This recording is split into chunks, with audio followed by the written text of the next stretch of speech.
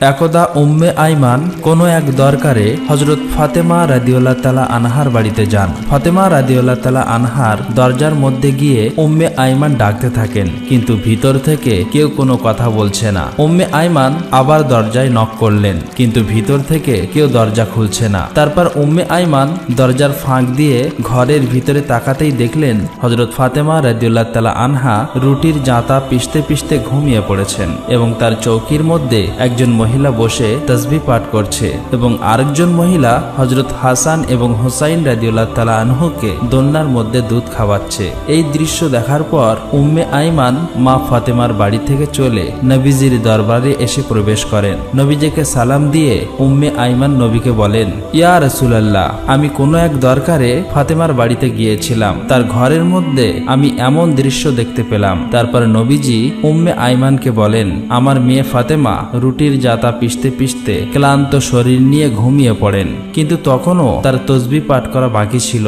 তাই আমার আল্লাহ রাব্বুল আলামিন হযরত ফাতেমা রাদিয়াল্লাহু তাআলা আনহার ঘরে দুইজন ফেরেশতা পাঠিয়ে দেন। একজন ফেরেশতা ফাতেমার অসমাপ্ত তাসবিহ পাঠগুলো করছে এবং আরেকজন ফেরেশতা হযরত হাসান এবং হুসাইন রাদিয়াল্লাহু তাআলা আনহুকে দোলনার মধ্যে ঘুম পাড়াচ্ছে। তুমি যে দুজন মহিলাকে দেখছো তারা কোনো মহিলা নন, তারা আল্লাহ রাব্বুল আলামিনের পাঠানো ফেরেশতা। তখন উম্মে আইমান এই কথা শুনে আল্লাহু আকবার বলে নবীজির দরবার থেকে বের হয়ে পড়েন। তার কিছুদিন পর বিশ্বনবী হযরত ফাতেমা রাদিয়াল্লাহু তাআলা আনহার বাড়িতে গেলেন। ফাতেমাকে দেখার জন্য নবী যখন ফাতেমার ঘরের মধ্যে প্রবেশ করলেন তখন ফাতেমার মুখটা অনেক মলিন দেখাচ্ছিল। আমার নবী ফাতেমাকে জিজ্ঞেস করলেন, মা, তুমি কি অসুস্থ কিনা? তোমার মুখটা এত মলিন দেখাচ্ছে কেন? তখন মা ফাতেমা বলেন, আব্বাজান, আমি অসুস্থ নই, কিন্তু আজকে দুদিন যাবত আমার ঘরে কোনো চুলায় আগুন জ্বলে না। আজকে দুদিন যাবত আপনার আদরের নাতি হাসান এবং হুসাইন না খেয়ে ক্ষুধার যন্ত্রণায় তারা দুই ভাই গলাগুলি করে কাঁদছে। এবার আমার নবী ফাতেমাকে বলেন, মা, দুঃখ করো না, ধৈর্য ধরো, নিশ্চয়ই আল্লাহ রাব্বুল আলামিন আমাদের সাথে আছেন। এই বলে বিশ্বনবী মা ফাতেমার ঘর থেকে বের হয়ে পড়লেন। পরের দিন এক সওদাগর হযরত আলী রাদিয়াল্লাহু তাআলা আনহুকে একটি কাজের জন্য ডাকেন। কাজটি ছিল এমন যে ওই সওদাগরের উটির পিঠ থেকে তার মালামালগুলো বাড়িতে নিয়ে পৌঁছে দেবেন। হযরত আলী রাদিয়াল্লাহু তাআলা আনহু এই কাজের বিনিময়ে কিছু দিরহাম পেলেন। এই দিরহামগুলো নিয়ে তিনি দোকানে গেলেন। তারপর দোকান থেকে কিছু আটা নিয়ে মা ফাতেমাকে দিলেন। তারপর ক্লান্ত শরীর নিয়ে হযরত আলী রাদিয়াল্লাহু তাআলা আনহু ঘুমিয়ে পড়লেন। মা ফাতেমা আটাগুলো জাতার মধ্যে পিষে ওইগুলো দিয়ে রুটি তৈরি করে তারপর হযরত আলীকে ঘুম থেকে ডেকে তারপর ওই রুটি সকলে মিলে খান। সকলেই খাবার শেষ হবার পর মা ফাতেমা কিছু রুটি আবার নবীজির জন্য নিয়ে আসেন। মা ফাতেমা নবীজিকে রুটিগুলো দিয়ে বলেন, আব্বাজান, আপনি এই রুটিগুলো খান। আব্বা গো, আজকে 2 দিন পর আমাদের ভাগ্যে কিছু রুটি জুটেছে। আমার নবীজি 3 দিন উপবাস থাকার পর রুটিগুলো খেলেন। তারপর মা ফাতেমাকে বললেন, মা, আজকে 3 দিন পর আমি তোমার দেওয়া এই রুটি খেলাম। একদিন হযরত আলী রাদিয়াল্লাহু তাআলা আনহু ফাতেমাকে ডেকে বললেন, ও ফাতেমা, শুনেছি নবীজির কাছে কিছু বন্দী এসেছে। তুমি তো সারাদিন অনেক কষ্ট করে জাতাতে রুটি পিষতে পিষতে হাতে কর ফেলে দিয়েছো। তোমার আব্বাজানকে বলো না আমাদের জন্য একটা দাসীর ব্যবস্থা করে দিতে।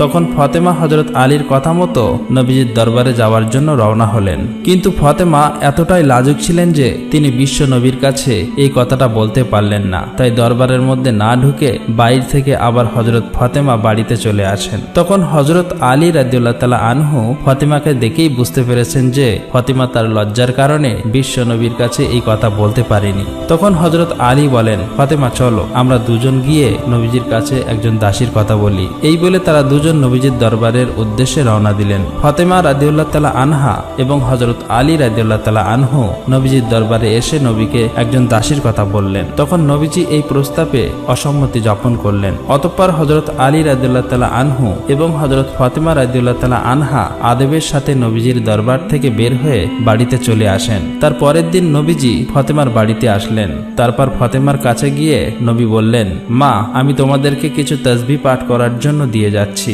এই তাসবিহগুলো তোমরা যদি নিয়মিত পাঠ করো তাহলে আল্লাহ রাব্বুল আলামিন তোমাদের ঘরের মধ্যে রহমত এবং বরকত সবসময় দিতে থাকবে। তারপর ফাতেমা রাদিয়াল্লাহু তাআলা আনহা অতি আগ্রহের সাথে বিশ্ব নবীর কাছ থেকে তাসবিহগুলো পাঠ করা শিখে নেন। তার কিছুদিন পর হযরত আলী রাদিয়াল্লাহু তাআলা আনহু সাহাবীদের দরবারে গিয়ে বললেন, আমি আল্লাহর কসম খেয়ে বলছি, বিশ্ব নবীর দেওয়া তাসবিহগুলো যেদিন থেকে আমরা আমরা পাঠ করতে শুরু করলাম সেদিন থেকে আমাদের ঘরে সকল অভাব দূর হয়ে গিয়েছে এবং আমাদের সমস্ত কষ্ট এবং দুঃখগুলো লাঘব হয়ে গিয়েছে। একদা বিশ্বনবী 2 দিনের ক্ষুধা পেটে লইয়া মা ফাতেমার বাড়িতে যান। মা ফাতেমার ঘরেও সেদিন কোনো খাবার ছিল না, কিন্তু বিশ্বনবীকে দেখে মা ফাতেমা বুঝতে পারলেন যে তার আব্বাজান অনেক ক্ষুধার্ত অবস্থায় আছেন।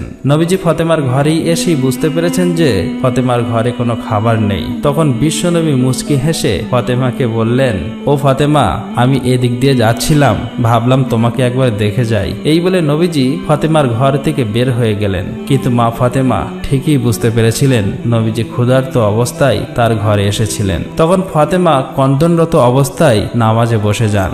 2 রাকাত নামাজ পড়ার পর আল্লাহ রব্বুল আলামিনের কাছে মোনাজাত করে বলেন, হে রব্বুল আলামিন, আপনি আমাকে যত পারেন কষ্ট দেন, কিন্তু আমার বাবাকে কোনো কষ্ট দিও না আল্লাহ। মা ফাতেমা যখন মোনাজাত শেষ করলেন তখন তিনি লক্ষ্য করতে পারলেন তার ঘরের মধ্যে কে যেন এসে খাবার দিয়ে গিয়েছে। ফাতেমা এতগুলো খাবার দেখে অনেক খুশি হলেন এবং নবীজিকে ডেকে নিয়ে আসলেন। নবীজি ঘরে এসে জিজ্ঞেস করলেন, মা, এই খাবার কে দিয়েছে? তখন ফাতেমা বলেন, আব্বাজান, হযরত ঈসা আলাইহিসসালামের মা হযরত মরিয়াম আলাইহিসসালাম আল্লাহ যেখান থেকে খাবার পাঠাতেন আমার জন্য সেখান থেকে পাঠিয়েছেন। তখন আমার নবী বুঝতে পেরেছেন আল্লাহ রাব্বুল আলামিন ফাতেমার জন্য জান্নাতে খাবার পাঠিয়েছেন। তখন আমার নবীজি হযরত ফাতেমা রাদিয়াল্লাহু তাআলা আনহা এবং হযরত আলী রাদিয়াল্লাহু তাআলা আনহু, হাসান, হুসাইন সবাই মিলে পেট ভরে খাবার খেলেন।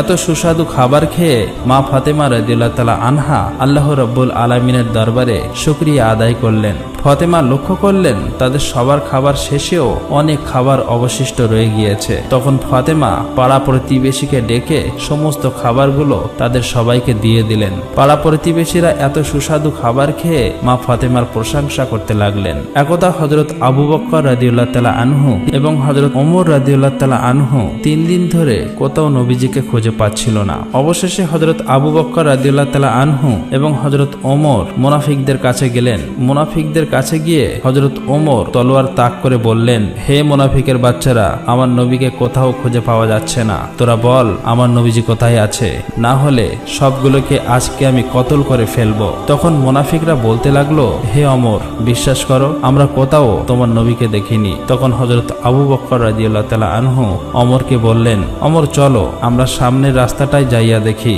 যেখানে কিছু রাখালরা থাকে তাদেরকে জিজ্ঞেস করলে হয়তোবা দয়ার নবীর খোঁজ পাওয়া যেতে পারে। অতঃপর তারা দুজন মিলে সামনের দিকে হাঁটা শুরু করলো। কিছু দূর যাবার পর তারা কিছুটা রাখালকে দেখতে পেলেন। হযরত ওমর রাদিয়াল্লাহু তাআলা আনহু রাখালকে জিজ্ঞেস করলেন, তোমরা এদিক দিয়ে আমাদের বিশ্ব নবীকে যাইতে দেখেছো? তখন রাখালদের পক্ষ থেকে একজন রাখাল বললেন, আজকে 3 দিন যাবৎ পাশের গুহায় একজন লোক কান্না করে চলেছে। তার কান্নার জন্য আমাদের পশুগুলো আজকে 3 দিন যাবৎ কোনো গাছ পানি খাচ্ছে না।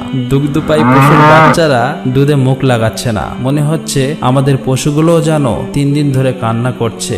ভাই, তোমরা তোমাদের লোককে নিয়ে যাও, তাহলে হয়তোবা আমাদের পশুগুলো আবার আগের মতো খাবার খাওয়া শুরু করবে। এবার হযরত আবু বকর রাদিয়াল্লাহু তাআলা আনহু হযরত ওমরকে বলেন, ওমর, যার কান্না শুনে পশু পাখিরা পর্যন্ত খাওয়া দাওয়া ছেড়ে দিয়েছে সে আর কেউ হবে না, তিনি আমাদের নবী হযরত মুহাম্মদ সাল্লাল্লাহু আলাইহি সাল্লামই হবে। তখন হযরত আবু বকর নবীর খোঁজে গুহার দিকে চললেন। আবু বকর এবং হযরত ওমর রাদিয়াল্লাহু তাআলা আনহু গুহার মধ্যে গিয়ে দেখলেন আমাদের নবী সিজদায় পড়ে উম্মতি উম্মতি বলে কান্না করছে। এবার হযরত ওমর রাদিয়াল্লাহু তাআলা আনহু নবীকে উদ্দেশ্য করে বললেন, ইয়া রাসূলুল্লাহ, আমরা আজকে 3 দিন যাবৎ আপনাকে খুঁজতে খুঁজতে হয়রান হয়ে গিয়েছি। নবী গো, আপনি এখানে উম্মতের জন্য কান্না করছেন, আমরা তো আপনার খোঁজে পাগল হয়ে গিয়েছি। ইয়া রাসূলুল্লাহ, আপনি উঠুন, আমরা আপনাকে নিতে এসেছি। কিন্তু নবী সিজদা থেকে মাথা ওঠান না। তারপর হযরত আবু বকর রাদিয়াল্লাহু তাআলা আনহু বিশ্ব নবীকে বললেন, ইয়া রাসূলুল্লাহ, আপনি উম্মতের জন্য এত কান্না করতেছেন, হুজুর আপনি মাথা ওঠান। আমি আবু বকর তামাম জিন্দেগির ইবাদতগুলো আপনার উম্মতের জন্য বক্সে দিলাম, তারপরেও আমার নবী মাথা ওঠান না। তারপর হযরত আবু বকর এবং হযরত ওমর রাদিয়াল্লাহু তাআলা আনহু বাড়ির দিকে আসলেন। পথে হযরত আলী রাদিয়াল্লাহু তাআলা আনহুর সাথে সাক্ষাৎ হয়। তারপর হযরত আলীকে আবু বকর ও হযরত ওমর বিস্তারিত সবকিছু বলেন। তারপর হযরত আলী বাড়িতে গিয়ে মা ফাতেমা এবং হাসান হোসাইনকে নিয়ে নবীজির গুহার মধ্যে চলে আসেন। এবার হযরত ফাতেমা আমার নবীকে নবীকে লক্ষ্য করে বললেন, আব্বাজান আপনি কেমনে পারলেন আজকে 3 দিন যাবৎ আমাদেরকে ভুলে থাকতে? আমরা আপনাকে সমস্ত জায়গায় খুঁজে খুঁজে হয়রান হয়ে গিয়েছি। আপনার নাতি হাসান এবং হোসাইন কান্না করছে, আব্বাজান আপনি উঠুন, আমরা আপনাকে নিতে এসেছি। তারপরেও আমার নবীজি মাথা ওঠায় না। এবার হযরত ফাতেমা রাদিয়াল্লাহু তাআলা আনহা আমার নবীকে বললেন, ইয়া রাসূলুল্লাহ, আমি ফাতেমা কথা দিচ্ছি আমার আদরের হাসান এবং হোসাইনকে আপনার উম্মতের জন্য কুরবানি করে দিলাম। এবার আমার আল্লাহ হযরত জিবরাইল আলাইহিস সালামকে ডেকে বললেন, হে জিবরাইল, তুমি এক্ষুনি যাও, গিয়ে আমার বন্ধুকে মাথা ওঠাতে বলো এবং কান্না বন্ধ করতে বলো। জিবরাইল, আমার বন্ধুকে জানিয়ে দাও আমি আল্লাহ কথা দিচ্ছি আমার বন্ধুকে না জিজ্ঞেস করে আমার বন্ধুর একটা উম্মতকে আমি জাহান্নামে দেব না। অতঃপর জিবরাইল আলাইহিস সালাম আল্লাহর নবীর কাছে এসে আল্লাহ রাব্বুল আলামিনের কথাগুলো নবীকে শুনিয়ে দিলেন। আমার নবী তারপর সিজদা থেকে মাথা ওঠান। এমনি ভাবে আরেক দিনের ঘটনা, কোনো এক ঈদের দিন সকালে হযরত হাসান এবং হোসাইন রাদিয়াল্লাহু তাআলা আনহু মা ফাতেমা রাদিয়াল্লাহু তাআলা আনহার ঘরে এসে বললেন, আম্মাজান আজকে ঈদের দিন, সকল ছেলে মেয়েরা নতুন জামা কাপড় পরছে, আমাদের জামা কাপড় কোথায়? তারপর মা ফাতেমা অপরাগ হয়ে হাসান এবং হোসাইনকে বললেন, বাবারা তোমরা গোসল করে এসো, তোমাদের নতুন জামা দর্জির দোকানে তৈরি হচ্ছে। এই কথা শুনে হযরত হাসান এবং হোসাইন রাদিয়াল্লাহু তাআলা আনহু খুশিতে 2 ভাই গোসল করতে গেলেন। এবার মা ফাতেমা নামাজে দাঁড়িয়ে গেলেন। 2 রাকাত নামাজ পড়ে আল্লাহ রাব্বুল আলামিনের কাছে মোনাজাত তুললেন, হে পরওয়ারদিগার মাওলা, মাবুদ, আমি আমার সন্তানদেরকে সান্ত্বনা দিয়ে বলেছি যে তারা গোসল করে আসলে তাদের নতুন জামা দেব, কিন্তু আমার নতুন জামা দেওয়ার কোনো সামর্থ্য নেই। ইয়া রাব্বুল আলামিন, তারা যদি গোসল করে এসে নতুন জামা না পায় তাহলে তারা বলবে নবীর মেয়ে হয়ে আমি মিথ্যা কথা বলেছি। আল্লাহ, আমি এখন কি করব?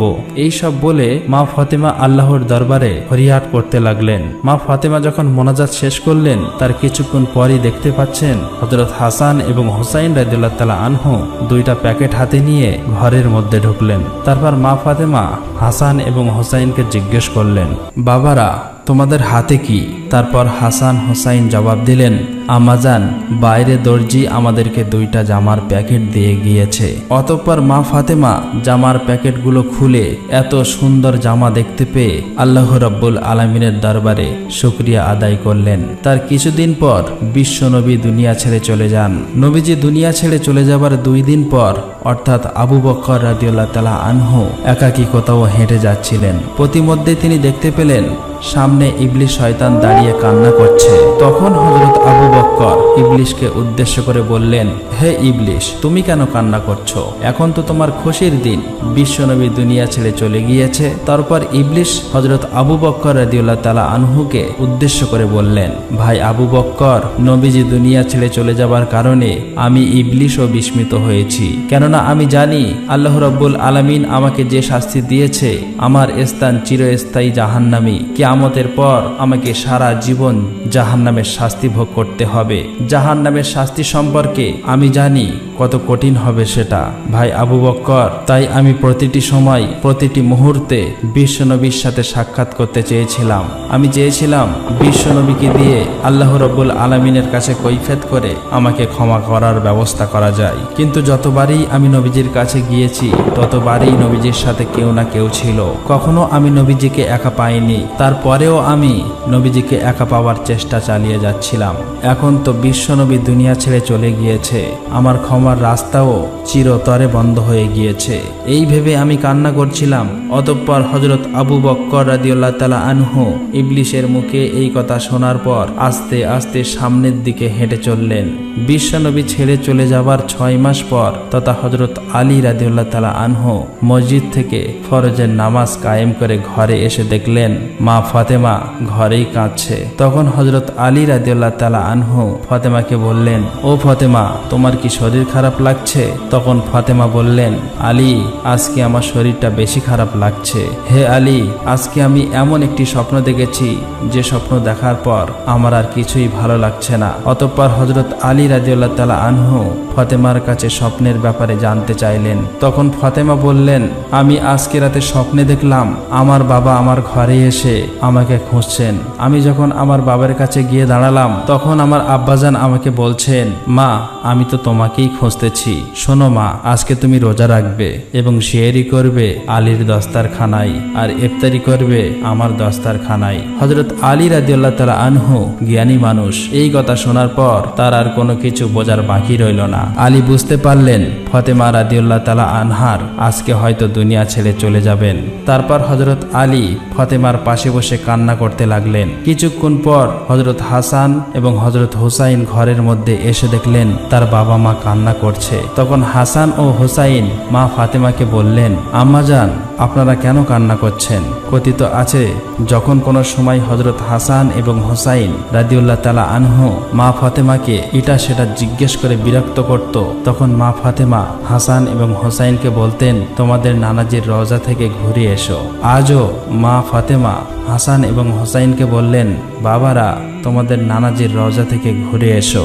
মায়ের মুখে এমন কথা শুনে হযরত হাসান এবং হুসাইন রাদিয়াল্লাহু তাআলা আনহু আমার নবীজির রওজার কাছে চলে যান। হাসান এবং হুসাইনকে দেখতে পেয়ে আমার নবীজি বলেন, হাসান হুসাইন তোমরা আজকে এখানে কেন এসেছো? তোমরা যখন খুশি তখনই আসতে পারবে। আজকে তোমরা সারাদিন তোমাদের মায়ের মুখের দিকে তাকিয়ে থাকবে। আজকে তোমার মা দুনিয়া ছেড়ে চলে যাবে। নবীজির মুখে এইসব কথা শুনে হযরত হাসান এবং হুসাইন রাদিয়াল্লাহু তাআলা আনহু আবার ঘরের মধ্যে চলে আসেন। এসে মা ফাতেমা এবং হযরত আলী রাদিয়াল্লাহু তাআলা আনহুকে উদ্দেশ্য করে তারা বলতে লাগলেন, আপনারা কেন কান্না করছেন? আমরা বুঝতে পেরেছি, আমাদের নানাজি বলেছে আম্মাজান আজকে দুনিয়া ছেড়ে চলে যাবে। হাসান এবং হুসাইনের মুখে এইসব কথা শুনে হযরত ফাতেমা রাদিয়াল্লাহু তাআলা আনহা এবং হযরত আলী রাদিয়াল্লাহু তাআলা আনহু আরো বেশি করে কান্না করতে লাগলেন। সেদিন বিকেলবেলা মা ফাতেমার শরীর আরো খারাপ হয়ে যায়। তারপর মা ফাতেমা হযরত আলীকে কাছে ডেকে বলেন, আলী তোমাকে আমি 3টি কথা বলে দিতে চাই, তুমি কথা দাও আমার 3টি কথা রাখবে। অতঃপর হযরত আলী মা ফাতেমাকে ওয়াদা করলেন। এবার ফাতেমা হযরত আলীকে বললেন, আলী আমার প্রথম কথা হলো, আমি তোমার সাথে এতদিন সংসার করেছি, আমার অনেক জানা না জানা অনেক অন্যায় ভুল ত্রুটি হয়তো হয়েছে, তুমি আমাকে ক্ষমা করে দিবে। তারপর হযরত আলী বলেন, ফাতেমা তুমি এসব কি বলছো? তোমার মতো স্ত্রী দুনিয়ায় কার ভাগ্যে আর জুটবে? ও ফাতেমা, তোমার বাবা বিশ্বনবী দয়া করে মায়া করে তোমাকে আমার হাতে তুলে দিয়েছিল। আমি তোমাকে ঠিকমতো পড়াতে পারিনি, খাওয়াতে পারিনি। আমি যদি তোমার কাছে কোনো অন্যায় করে থাকি আমাকেও তুমি মাফ করে দিও। তখন ফাতেমা বললেন, আলী এই কথা বলে আমাকে তুমি পাপী করো না। তারপর হযরত ফাতেমা বলেন, আলী আমার দ্বিতীয় কথা হলো, আমি দুনিয়া থেকে চলে যাবার পর তুমি আরেকটা বিয়ে করে নিবে। আমি তোমাকে অনুমতি দিয়ে গেলাম। আর সপ্তাহে একদিন আমার হাসান এবং হুসাইনকে তুমি বুকে নিয়ে ঘুমাবে। তারপর মা ফাতেমার 3 নম্বর কথা হিসেবে হযরত আলীকে বললেন, আলী আমার 3 নম্বর কথা হলো, আমি দুনিয়া থেকে চলে যাওয়ার পর আমাকে রাতের বেলা কবরে দাফন করতে নিয়ে যাবে, যাতে করে কোনো মানুষ আমার লাশ দেখতে না পারে। কেউ যদি আমার লাশ দেখে ফেলে তাহলে তারা বুঝে ফেলবে যে নবীর মেয়ে এতটুকু লম্বা ছিল, এতটুকু মোটা ছিল। আমি চাই না কেউ আমার লাশ দেখে এটা বুঝতে পারুক। অতঃপর কিছুক্ষণ পর মা ফাতেমা দুনিয়া থেকে বিদায় হয়ে গেলেন। হযরত আলী কাঁদছে, হুসাইন কাঁদছে। কিছুক্ষণ পর হযরত আলী চিন্তা করতে লাগলেন, খাটের 4 পায়ে 4 জন লোক দরকার, কিন্তু হাসান এবং হুসাইন হযরত আলীকে নিয়ে তারা 3 জন, আরেকজন লোক কোথায় পাবে?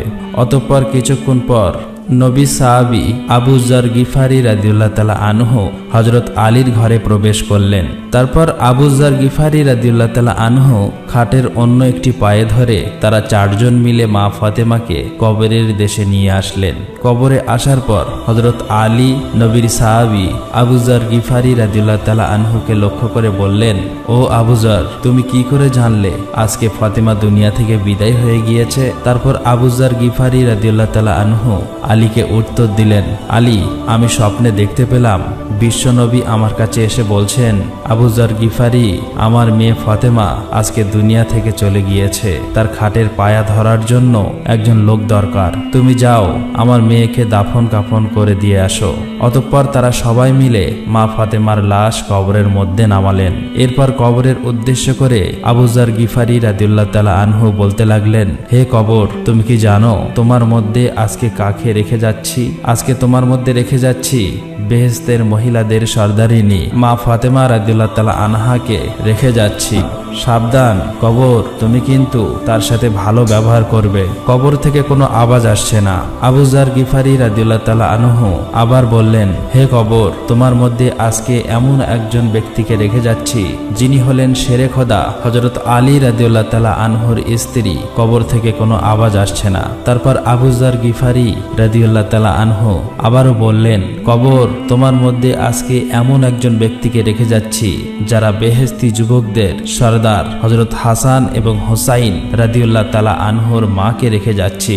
সাবধান কবর, তুমি কিন্তু খারাপ ব্যবহার করো না। তারপরেও কবর থেকে কোনো আওয়াজ আসছে না। এবার আবু যার গিফারি রাদিয়াল্লাহু তাআলা আনহু কবরকে আবারও বললেন, তোমার মধ্যে আজকে এমন একজন ব্যক্তিকে রেখে যাচ্ছি যাকে সৃষ্টি না করলে দুনিয়ায় সৃষ্টি হতো না। সর্দার এলো আলাম নবী করিম সাল্লাল্লাহু আলাইহি ওয়াসাল্লামের কলিজার টুকরার মেয়ে ফাতেমা রাদিয়াল্লাহু তাআলা আনহাকে তোমার কাছে রেখে যাচ্ছি। সাবধান কবর, তুমি কিন্তু অবশ্যই তার সাথে ভালো ব্যবহার করবে। এবার আমার আল্লাহ রাব্বুল আলামিন কবরের জবান খুলে দিলেন। কবর হযরত আবু যার গিফারি রাদিয়াল্লাহু তাআলা আনহুকে উদ্দেশ্য করে বলতে লাগলেন, হে আবু যার, আমি হলাম কবর। আমি এখানে কোনো বংশ পরিচয় দেখি না। কে কোথা থেকে এসেছে সেটা দেখার সময় আমার নেই। দুনিয়াতে যে আল্লাহ রাব্বুল আলামিনকে খুশি করে আল্লাহর ঈমান নিয়ে আমার মধ্যে আসবে, আমি তার সাথে ভালো ব্যবহার করব। আর দুনিয়ায় যে সমস্ত বান্দারা পাপী হয়ে আমার মধ্যে আসবে, আমি কবর তার জন্য ভয়ঙ্কর হয়ে যাব। তাকে আমি চাপ দিয়ে একটি পাঁজরের হাড় আর একটি পাঁজরে ঢুকিয়ে দেব এবং আমার মধ্যে রয়েছে অনেক বিষাক্ত সাপ বিচ্ছু। এই সব কিছুই ওই পাপী ব্যক্তিকে ধর্ষণ করতে থাকবে। এমন জবাব শুনে আবু যার গিফারি রাদিয়াল্লাহু তাআলা আনহু ভয়ে কাঁপতে লাগলেন। প্রিয় বন্ধুরা, নবীর মেয়ে ফাতেমা রাদিয়াল্লাহু তাআলা আনহাকে এবং সমস্ত মহিলাদের সর্দারিনী যিনি হবেন তার বেলায় যদি কবর এই কথা বলে, তাহলে আমার আপনার অবস্থা কি হতে পারে? এবার চিন্তা করে দেখুন। আল্লাহ রাব্বুল আলামিন আমাদের সবাইকে আল্লাহর দ্বীনের পথে চলার তৌফিক দান করুক। আমিন।